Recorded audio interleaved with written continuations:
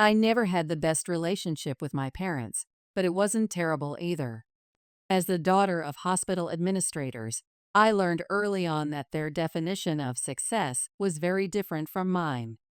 My sister Victoria, now 32, was always their golden child, the brilliant investment banker who followed their path of prestige and profit. I, at 28, had chosen a different route, working as a pediatrician at a public hospital, a choice that perpetually disappointed them. Growing up in our suburban Boston home, the disparity was clear. Victoria got the latest everything: designer clothes, premium tutoring, private school education, while I worked part-time jobs since I was 16 to fund my own medical school preparation courses.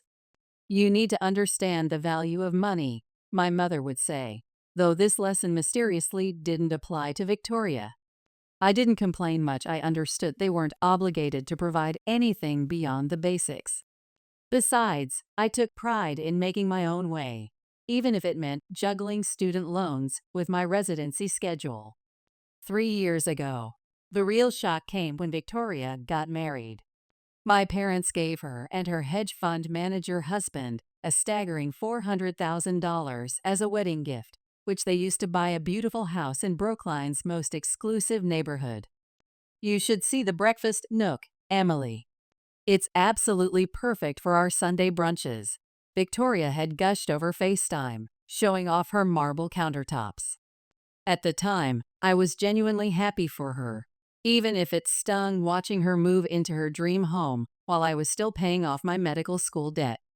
I had my own life going well, despite the financial constraints. I was making a difference at the public hospital, had saved what I could between loan payments, and was dating Nathan, a dedicated doctor who would later become my husband. I figured my time would come, and I tried not to dwell on the fact that my parents had never offered me anything close to what they gave Victoria. After all, I had chosen this path, public service over profit, and I was proud of it. Last year, when Nathan proposed, I felt like my heart might burst. We had been together through the toughest years of our residencies, supporting each other through 30-hour shifts and emotional cases. He understood my dedication to public health care, sharing my belief that medical care shouldn't be a luxury. We planned a modest wedding, nothing extravagant, because we wanted to save for our future. We had budgeted around $36,000, which felt reasonable for an intimate celebration with our closest friends and family.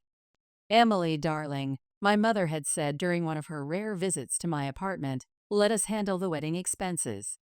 It's the least we can do." I was stunned. After years of subtle digs about my career choices and constant comparisons to Victoria's financial success, this felt like a peace offering. They seemed genuinely enthusiastic, asking about venues and vendors, even suggesting some upscale options I hadn't dared to consider. The wedding day. The wedding day itself was perfect, a small, intimate ceremony at a historic venue in Cambridge.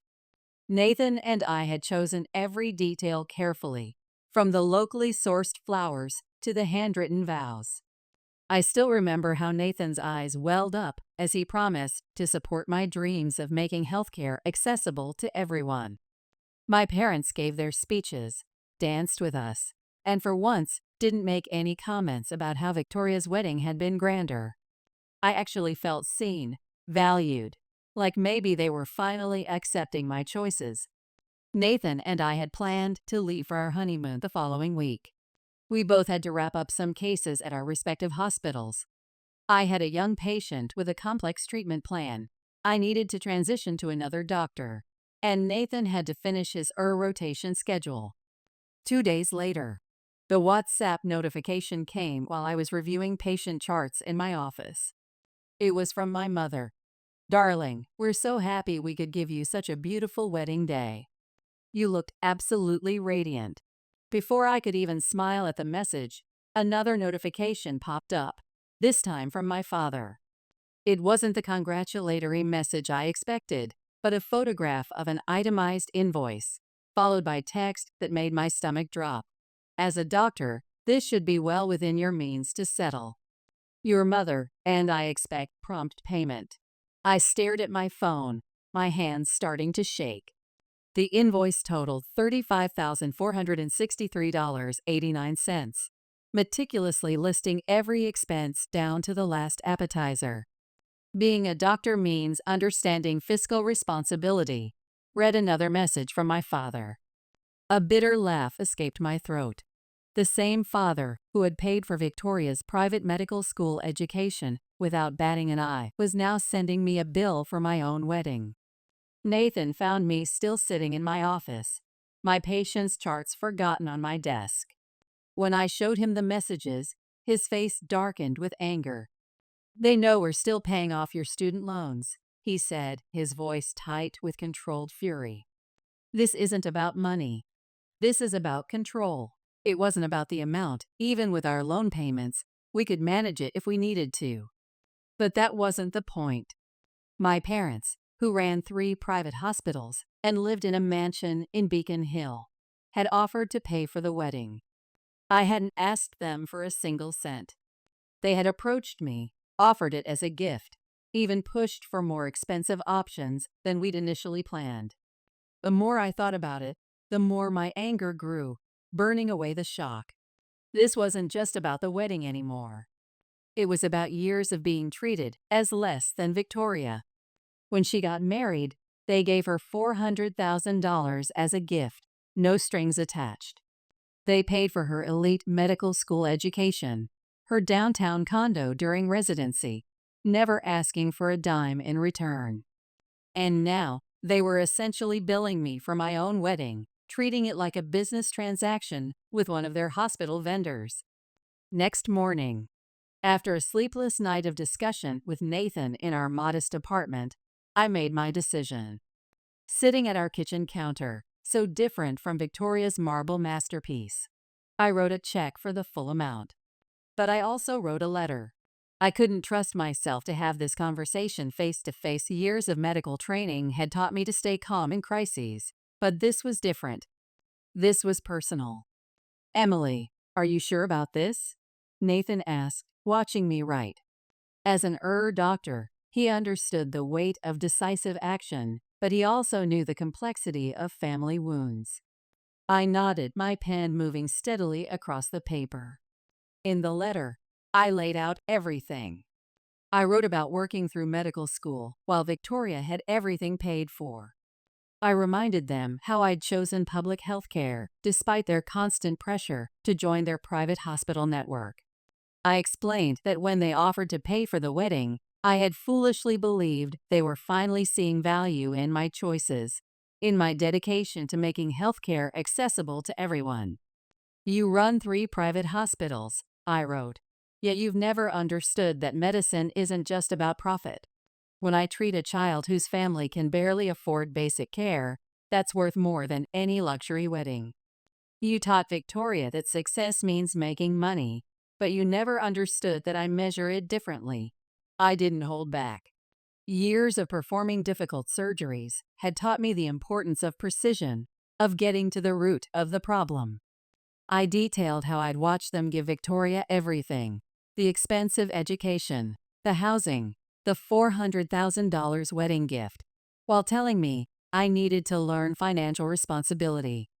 The same parents who had criticized my choice to work at a public hospital were now sending me an invoice, like I was one of their business associates. Later that day, I sealed the envelope containing both the check and the letter. "From now on," I wrote in closing, "please consider me financially independent from this family. Don't offer help, support, or gifts. Give everything to Victoria, as you've always done. She can have my share of any future inheritance, too. I'm sure she'll invest it wisely in one of her banking ventures." The following days, after sending everything by certified mail, I blocked their numbers and focused on my patients. There's something grounding about pediatric rounds. The children's resilience in the face of illness helps put personal problems in perspective. But then, as I was reviewing a young patient's treatment plan, my phone started flooding with messages from extended family. Messages poured in from distant aunts and uncles, most of whom I hadn't heard from since they'd attended Victoria's lavish wedding. "How dare you treat your parents this way?" read one message. "They gave you an education." As if my student loans weren't still a monthly reminder of just how much they hadn't given. The most ironic message came from my aunt, who worked at one of my parents' hospitals. "You should be grateful they even participated in your wedding, given how you've rejected the family business." Victoria, predictably, led the charge. She showed up at the hospital during my shift, causing such a scene in the pediatric ward that security had to be called. "You're being ridiculous," she shouted across the nurses' station. "A public hospital doctor acting too proud to pay a simple bill? You know what your problem is, Emily? You've always been jealous that I followed Mom and Dad's path while you decided to play martyr in this place." Recording her tirade on my phone felt strange. It was the same device I used to record my young patient's progress. But as Nathan had suggested, we needed to document everything. Victoria's voice echoed through the usually calm pediatric ward.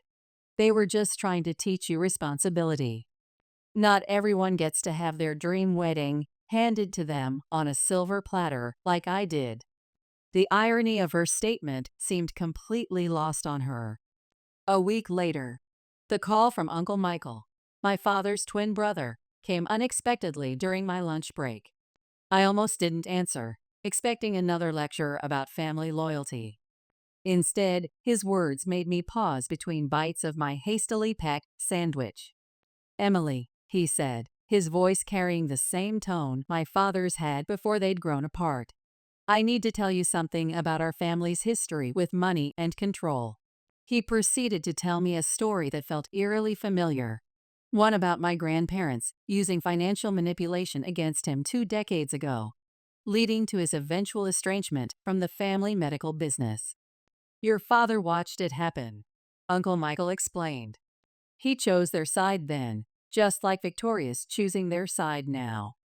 It's not just about money, it's about power, about keeping the family under control through financial means. They did the same thing to me when I wanted to open my own practice instead of joining the family hospitals." 2 weeks later, hearing my uncle's story had given me a new perspective, but it didn't make the next steps any easier. When my father's voicemail came, his voice sounded different, tired, almost defeated. "Emily, I'd like to talk. No agenda, no manipulation. Just talk." He didn't apologize or acknowledge what had happened, but something had shifted. I met him at a small coffee shop near my hospital, neutral territory. Walking in, I could see how worn down he looked, so different from his usual commanding presence in the hospital boardroom. He was absently stirring a cup of coffee that had probably gone cold. "I tried to return the check," he said almost immediately as I sat down, sliding the envelope across the table. "Your mother and we've been talking." I looked at the check, but didn't touch it. "Dad, this isn't about the money." It never was. I could feel my doctor's composure slipping, but I pressed on. "Do you know I had a 7-year-old patient yesterday whose family couldn't afford proper preventive care? That's why I chose public health care. That's why I didn't join your hospitals. But instead of understanding that, you and Mom turned my wedding into another power play. We wanted to teach you," he started. "Teach me what?" My voice remained steady. "Years of delivering difficult diagnoses, helping me maintain control. Financial responsibility. I've been paying my own way since I was 16. I have student loans that could buy a small house. Meanwhile, Victoria's never had to worry about money a day in her life." "What exactly were you trying to teach?" He sat there quietly for a moment, looking smaller than I'd ever seen him. "I don't want to lose you," he finally said. "Not like Michael." "Then stop trying to control me through money," I replied. "I'm a doctor, Dad. Not because of you and Mom, but despite you. I love what I do, helping families who can't afford private hospitals. If you can't respect that, then maybe we do need space. Later that evening, back home with Nathan, I felt strangely empty. How did it go? He asked, still in his scrubs from his shift. I told him I needed a break from the family, I explained, sinking into our worn but comfortable couch. He didn't argue. Maybe that's progress. Victoria hasn't reached out since then. I suspect she's still furious that I'm not playing by the family rules anymore. But I've found peace in my decision. Every day at the hospital, I see the real value of my choices. In the faces of children getting care they couldn't otherwise afford. In the grateful smiles of parents who don't have to choose between medicine and meals. My parents' idea of success was always about profit margins and prestige. Mine is about making healthcare accessible to everyone who needs it. Maybe someday, they'll understand that some things are worth more than money. Until then, I'll keep doing what I believe in, with or without their approval.